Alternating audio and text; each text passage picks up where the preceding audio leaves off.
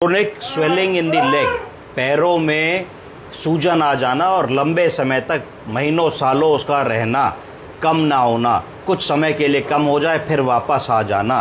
Chronic swelling in the legs. Doctor साहब बताइए क्या दिमाग में आता है, सूजन के क्या कारण हो सकते हैं? मोस्ट कॉमन तो सर कंजेस्टिव हार्ट फेलियर। पहला कारण आपने बताया कंजेस्टिव हार्ट फेलियर। इसका मतलब ये हुआ कि हार्ट का जो पंप होता है, जो ब्लड को पंप करता है, वो जब वीक हो जाता है तो ऐसी सूजन आ सकती है। जब हार्ट ने ब्लड को पंप किया सिस्टोल, तो सिस्टली में खून सर तक और पैर की छोटी उंगली तक पहुंच गया। खून की वापसी होती है हार्ट के पंप के माध्यम से।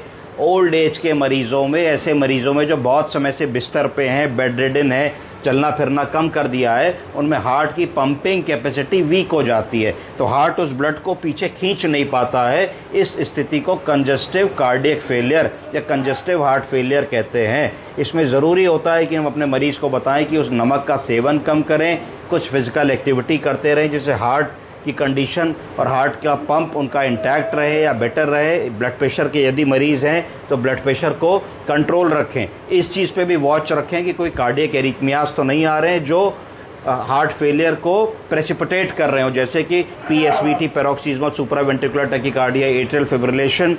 तो अगर ऐसी कोई चीज़ हो रही है तो उसको भी अपने कार्डियोलॉजिस्ट से मिल करके समझें कि वैसा कोई प्रीडिस्पोजिंग फैक्टर तो नहीं। अगला कारण बताइए। अगला chronic liver diseases. Chronic liver disease, CLD।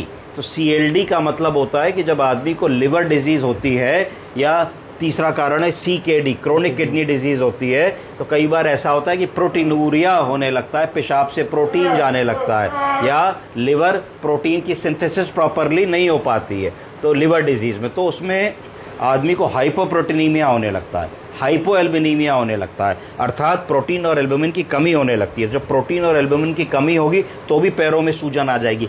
क्यों आ जाएगी मैं आपको समझाता हूँ।